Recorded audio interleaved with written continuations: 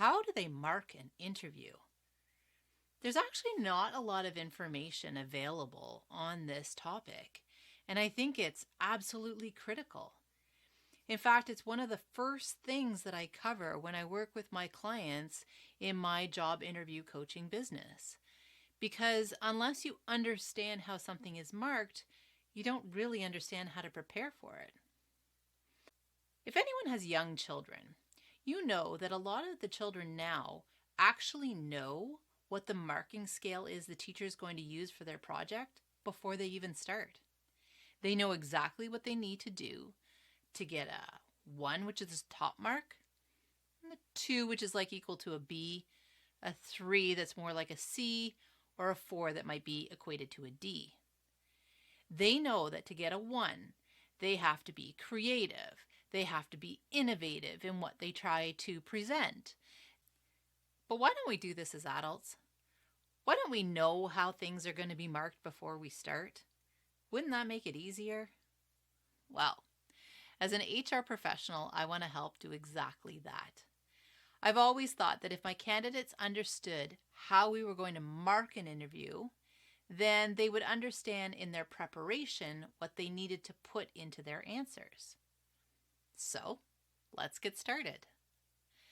I'm a human resources professional. I've been in the field a number of years. I've created thousands of interview questions along with those rating scales, and I've met a lot of candidates over the years. Unfortunately, I've had to listen as candidates have not put enough detail into their answers to get the marks that they needed to get. And interviews, let's be honest, they're really competitive. The job market's competitive. There's a lot of candidates out there that have basically the same experience that you do, went to the same school, graduated with the same degree, have similar work experience. And so your resumes are all sitting at the top of the pile together. The purpose of the interview is really now to meet the people and figure out who do we move to the top. And often in positions that you're applying for, there might only be 1 or 2 positions. And they've gotten hundreds of candidates. Hundreds. And so maybe they've moved 15, 20 into the interview. You still have a lot of people that you have to beat out. And the marking is going to be the determining factor. So, how are they marked? I want you to picture a scale. 0 to 4. In 0, the person doesn't know what the question is even asking. Sometimes they just go completely blank and say, can we come back to that one? Or, I can't think of an example. That's okay. Maybe you're thinking, oh, yeah, I've had that experience. That's all right. We're going to work through it. I'm going to teach you over the series of episodes how to build that confidence and understand what you needed to say so that you don't have that horrifying experience. But on a rating scale, if it happens, sadly, that's what I have to give the mark. I can't give you points for things that you don't tell me. Even if I know it's on your resume, if you don't tell me about it in the interview, you don't get the marks. Here's an important tip. If you already do this job or already work for this employer, sometimes people make the mistake of leaving out details because they figure, you already know that. Well, I might know it, but I can't give you marks for it. You need to tell me. So there's a tip. Treat all interview panelists like they're strangers. Tell them everything you need to tell them in that answer about you and about your experience to get the marks. Okay, so on that scale, we're now at a number 1. This means that you have some knowledge. You're able to answer the question with a few examples or a few specifics, but you don't go very deep into the answer. You basically stay at understanding. You have a little comprehension, but you don't really give me much proof. You don't give me details. You don't give me examples. You don't link it to the job or why. And so it sits at like a 1, maybe a 1.5.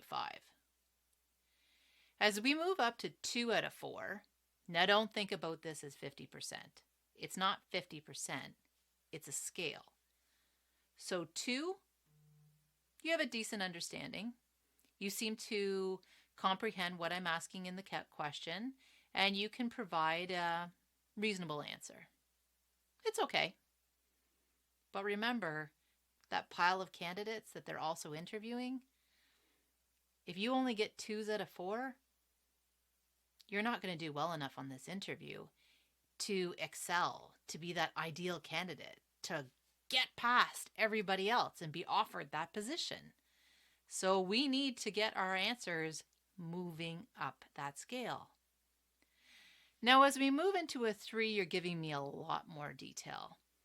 You're probably providing me an example from your own experience or knowledge that adds to the answer, exemplifies the answer, proves the behavior. Now you've moved from understanding to demonstrated behavior. That's a lot better because past behavior equals future behavior. If you could do it in the past, I'm led to believe you can probably do it in the future. So what do you have to do to get a 4? It depends on the scale, and you may or may not be able to always hit a 4, but you can try. 4 tends to be given to people that have done the specific experience, the specific job. Maybe you've been in an acting manager position, and so you can give clear examples of where you've actually done the specific thing they're asking for in that question. Maybe you've done the same position but in another location. And again, you can say how you've done it and it really matches the question that they're asking. Or maybe you've actually been a coach or a trainer, or you've actually taught people how to do that skill. Well, that's what really helps you move into a 4 out of 4. There's really nothing else you could have told the interviewer. There's nothing else you could have added to the answer. You rocked it. Now picture, we're going to have one of these scales for every question. And based on your experience, based on your knowledge, based on your abilities, you may not be able to hit the top mark on every single question. That's okay. What you're doing is you're aiming to get as far up on that scale as you can each time. And I guarantee you that if you practice, if you put thought into your answers, if you do other things that I'm going to teach you in the other episodes, you are going to be able to do exactly that.